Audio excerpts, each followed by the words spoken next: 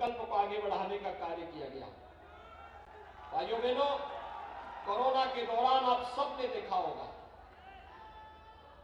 आप सबने देखा होगा, ये कोरोना महामारी पिछले 20-22 महीनों से पूरी दुनिया को पस्त की हुई है, लेकिन भारत के अंदर प्रधानमंत्री मोदी जी के नेतृत्व में कोरोना प्रबंधन का जो अभूतपूर्व कार्य हुआ और दुनिया के सामने एक नजीर है।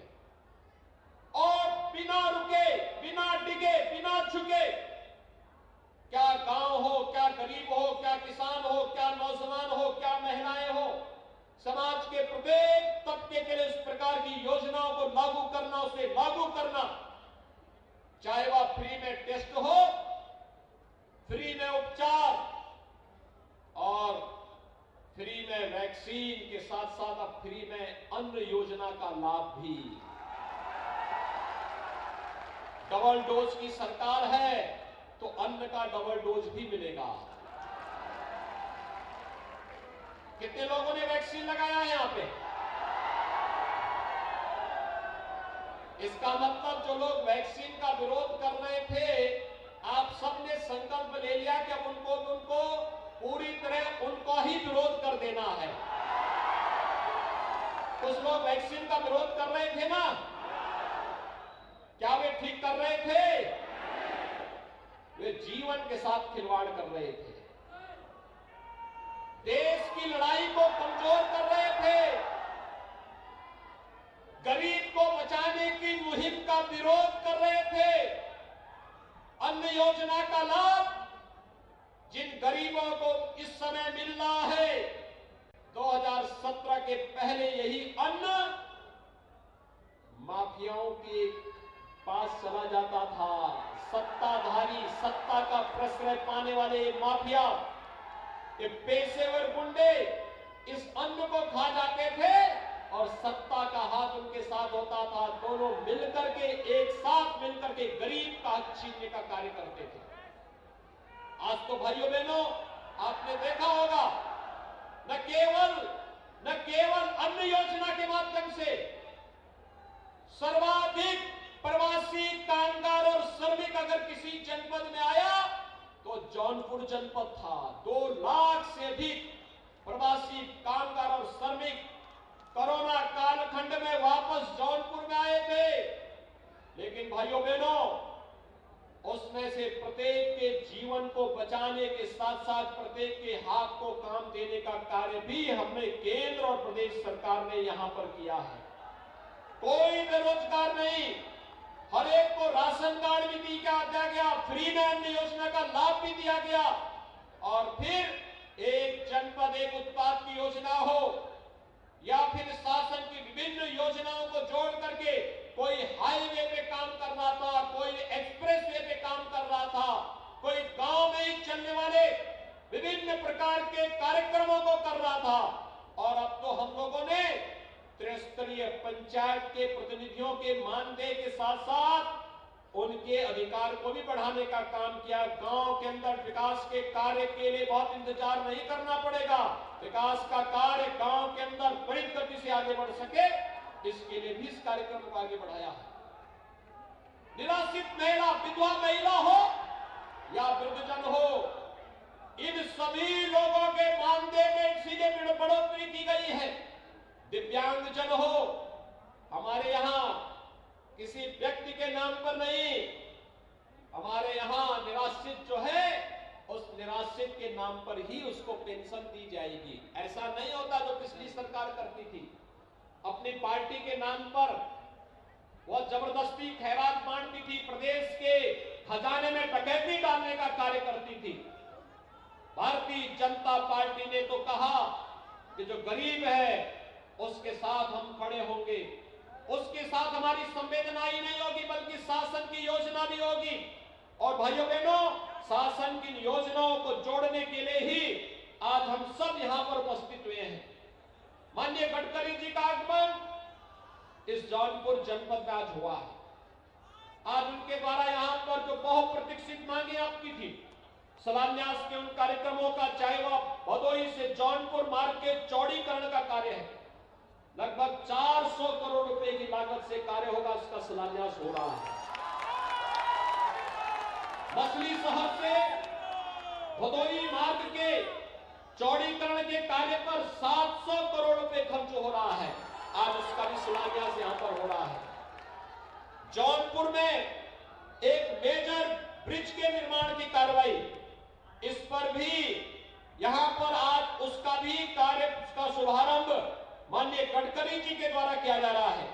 और इसके साथ ही जनपद जौनपुर से जुड़ी हुई लगभग 130 करोड़ रुपए की लागत की परियोजनाओं का शिलान्यास और लगभग इतनी करोड़ की योजनाओं का यहां पर आज लोकार्पण का कार्यक्रम जनपद स्तर पर हो रहा है। पिछले दिनों हम लोग आए थे और उस समय मैंने कहा था इस सत्र में जौनपुर का मेडिकल कॉलेज भी प्रवेश के लिए तैयार हो जाएगा और जौनपुर मेडिकल कॉलेज में इस साल एमबीबीएस के प्रथम वर्ष में बच्चों का प्रवेश का कार्य भी प्रारंभ होने जा रहा है। भाइयों बहनों, भाजपा समाधान लेकर के आती है और उस समाधान के साथ आपको जोड़ने के लिए जो कहा सो करके दिखाया। विकास हो, गरीब कल्याण हो या आस्था का सम्मान हो। आस्था का सम्मान 13 दिसंबर को अभी आपने देखा होगा, काशी विश्वनाथ धाम का लोकार्पण प्रधानमंत्री जी के हाथों से हुआ है। आपने कितने लोगों ने इस कार्यक्रम को देखा था? कितना भव्य कार्यक्रम था। और प्रधानमंत्री जी जब आए तो पहले गंगा जी में डुबकी लगा करके मां गंगा के प्रति अपनी आस्था को व्यक्त किया। फिर बाबा विश्वनाथ जी का अभिषेक किया और फिर शिव जी की पूजा के बाद श्रमिकों का सम्मान किया। आपने देखा पहले कभी श्रमिकों का सम्मान होते हुए कभी देखा था? पिछली सरकारें करती थी क्योंकि उनको फुर्सत नहीं थी, गरीब की चिंता नहीं थी। पिछली सरकारें श्रमिक का मानदेय और उसका स्वयं के पारिश्रमिक पर ही डकैती डाल देती थी। इस समय तो श्रमिक का भी सम्मान हो रहा है, किसान का भी सम्मान हो रहा है, युवा का भी सम्मान हो रहा है, बहन बेटियों को भी सम्मान किया जा रहा है और हर एक तबके को सम्मान देते हुए एक भारत श्रेष्ठ भारत की परिकल्पना को साकार किया जा रहा है। और भाइयों बहनों, काशी विश्वनाथ धाम उसका उदाहरण है। शिव की पूजा भी होगी तो राष्ट्र निर्माण में अपना खून पसीना लगाने वाला श्रमिक भी हमारे लिए सम्मानित होगा और उसको भी मंच से सम्मानित करने का कार्य होगा। प्रधानमंत्री मोदी जी ने काशी में यही किया। अयोध्या में राम जन्मभूमि पर भगवान राम के भव्य मंदिर निर्माण की कोई बात ही नहीं करता था पहले। आज आप देखते होंगे अयोध्या में भगवान राम का भव्य मंदिर के निर्माण का कार्य भी प्रारंभ हो चुका है। भव्य मंदिर के निर्माण का कार्य प्रारंभ हो चुका है। 2023 के अंत तक रामलला अपने भव्य मंदिर में विराजमान होंगे। हम सबको आशीर्वाद देंगे। हमारी पीढ़ी इस बात के लिए सौभाग्यशाली है कि प्रभु राम के मंदिर को अपनी आंखों के सामने हम सब बनते हुए देख रहे हैं। प्रभु राम को, भगवान राम के भव्य मंदिर में विराजमान होते हुए भी हम सब अपनी आंखों से देखेंगे। यही है नया भारत का नया उत्तर प्रदेश। यहां विकास भी होगा, बड़े बड़े प्रोजेक्ट भी बनाए जाएंगे, रोजगार के साथ उसको जोड़ने का कार्य भी होगा, गरीब कल्याण के कार्य भी होंगे, आस्था का सम्मान भी होगा और पेशेवर गुंडे और अपराधियों के खिलाफ एक तरफ बुलडोजर सड़क बनाने का काम करेगा, दूसरी तरफ उन माफियाओं की छाती में भी चलाने का काम करेगा। 4.5 वर्ष में कोई दंगा यूपी में नहीं होता है और यही नया यूपी है। क्योंकि जब दंगा नहीं होगा, अपराध नहीं होंगे तो बड़े बड़े उद्योगपति यहां निवेश करने के लिए आएंगे। निवेश होगा तो रोजगार पाएंगे, यहां का नौजवान यहीं पर रोजगार पालेगा। और भाइयों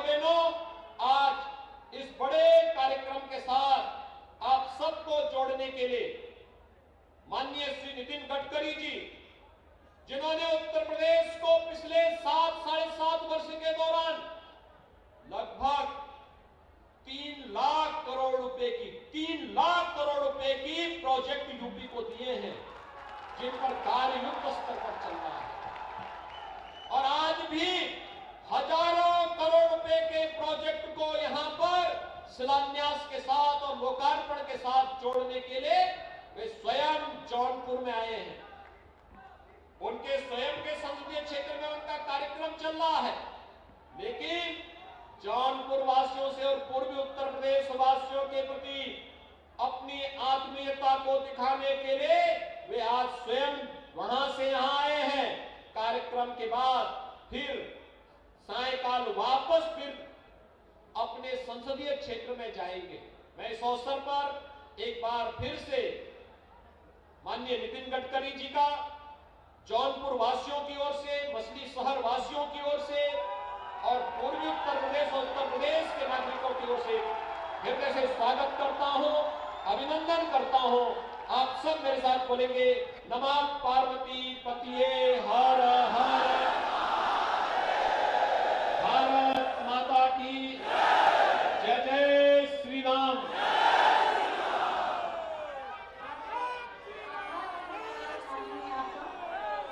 आज माननीय सड़क परिवहन एवं राजमार्ग मंत्री श्री नितिन गडकरी एवं उत्तर प्रदेश के यशस्वी माननीय मुख्यमंत्री श्री योगी आदित्यनाथ जी के शुभ कदमों से तो जौनपुर में मुख्यमंत्री योगी आदित्यनाथ को आपने सुना, दो बेहद ही महत्वपूर्ण बातें उन्होंने कही। पहली है कि डबल इंजन की सरकार है तो लोगों को फायदा भी डबल ही मिलेगा। साथ ही साथ वैक्सीन को लेकर उन्होंने जिक्र किया और कहा कि जो लोग वैक्सीन का विरोध कर रहे थे, जनता ने मूड बना लिया है कि चुनाव में उनका विरोध किया जाएगा। ऐतिहासिक और सांस्कृतिक महत्व का एक प्राचीन शहर है।